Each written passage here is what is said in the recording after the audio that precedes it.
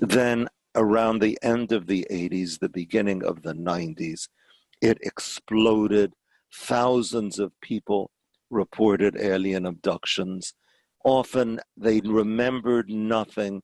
All they knew was that there were top parts of their lives, the hours of their lives that seemed to have vanished, or they had a peculiar aversion to a certain stretch of roadway. And to find out, they had to, what had happened to them, they had to retrieve these memories by going to a hypnotist who would put them in trance and evoke their stories. Benjamin Simon, in the case of the Hills, was an expert in therapeutic hypnosis. He had no interest in UFOs, didn't believe in UFOs, but later on, ufologists could not pass up the chance to find out more about what actually went on inside these craft. And so they use their hypnosis not as a therapeutic particularly, but as an investigative tool. And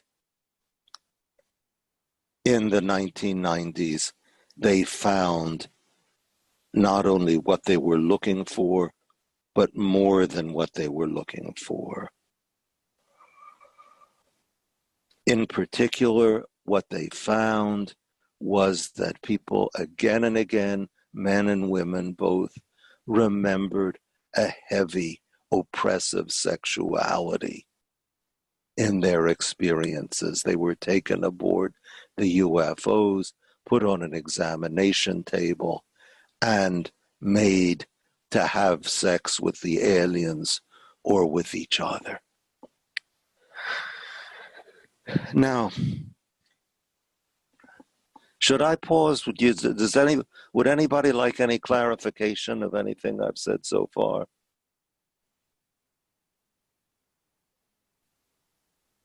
No, then I'll go on.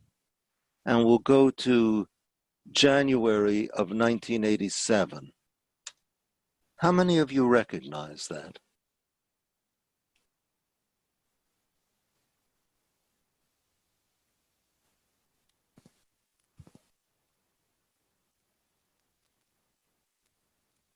I recognize the figure. I don't know the book.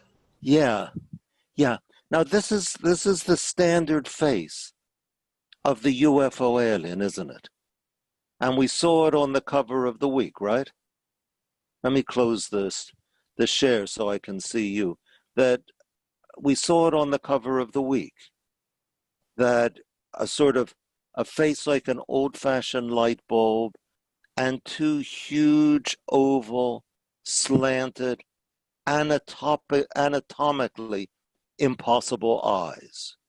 Right? I mean, no such eyes could exist in any face. But can you date the time a picture of the alien first appeared? Can you? Yeah, January 1987. That's the first time that picture of any alien ever appeared. No, there were earlier pictures. People claimed to have seen humanoid beings, usually small, never green, by the way. The question of where the little green men come from is an intriguing problem of its own because nobody ever reports seeing them. But when did the eyes become so prominent and slanted is my question. Oh, now, who's asking that? I'm not sure I can see. Linda Baggish. Okay, Linda Baggish. Okay, it's okay. That's fine. Yeah, no, the question is, it's an excellent question. It does seem that even before 1987, it was a standard feature of the abduction narratives that the beings had large eyes, but not quite like those. Yeah. That picture, I mean, we're so familiar with it. That we forget that before 1987, it didn't exist. No one, where that picture comes from is that the experiencer, Whitley Strieber, who claimed to have been abducted, and by the way, I've met Whitley Strieber. He's a man who, if I had to use three adjectives to describe him, they would be sincere, intelligent, and creative. That until he described what he experienced as having been abducted by a group of creatures like that, whom he never said were UFO aliens. He never said they were extraterrestrials. He just called them the visitors. And that he described them to an artist named Ted Jacobs, who painted that portrait. Now, that book came out in January 1987. I still remember seeing it in. Does any of you remember the old Intimate Bookshop on Franklin Street? Yeah, okay. There are a few of us old timers around here. The Intimate Bookshop. And I saw it in the Intimate Bookshop. I didn't know what the heck to make of it. I mean, it seemed to be about UFOs, but the UFO books of my teenage years weren't like that. And eventually I just snapped it shut and left, but millions of people bought the book. The book was on the New York Times bestseller list for something like 6 months.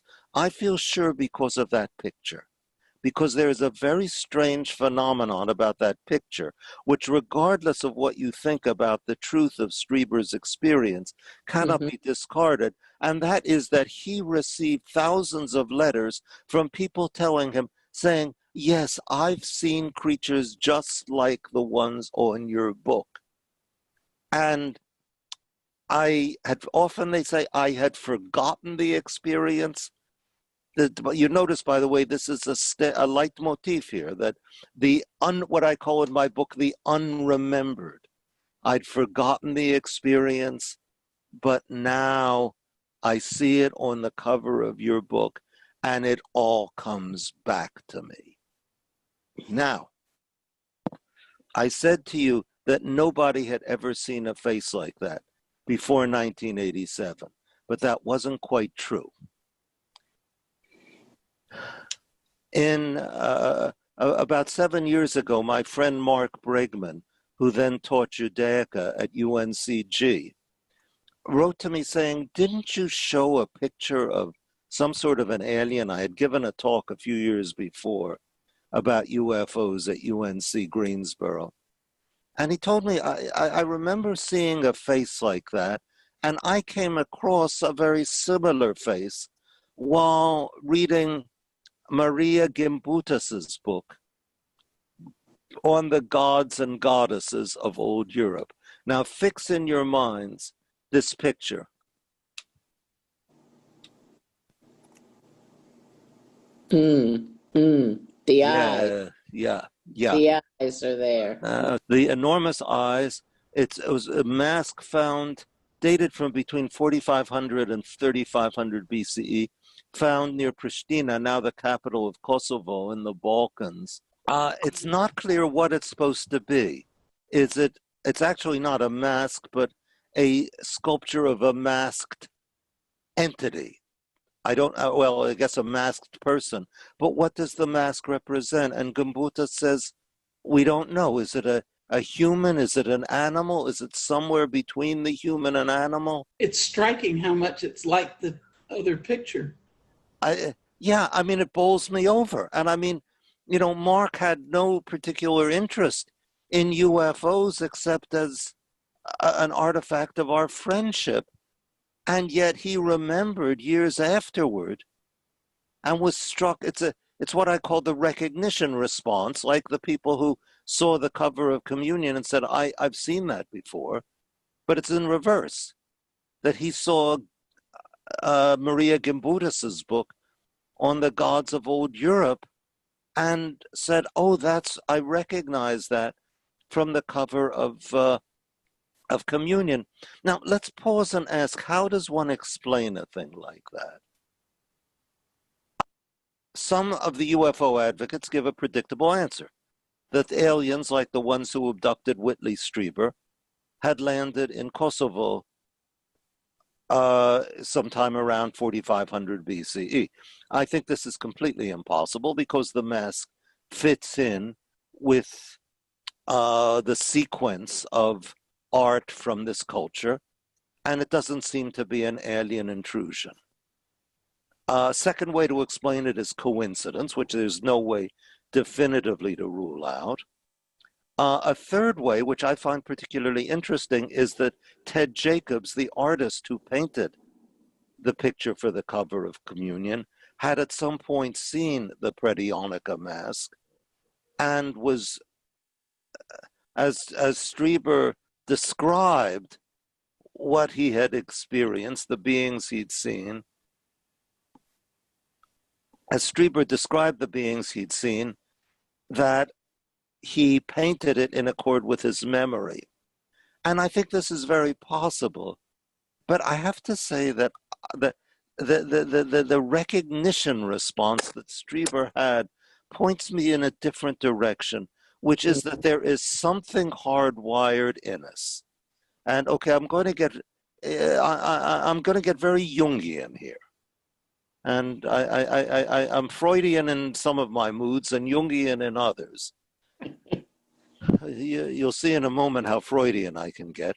But I'm Freudian in some of my moods and Jungian in others. And that this is, let's say, it's something archetypal that's hardwired in our unconscious, that, as I put it in the book, when the human mind looks into the darkness, this is the face it sees staring back.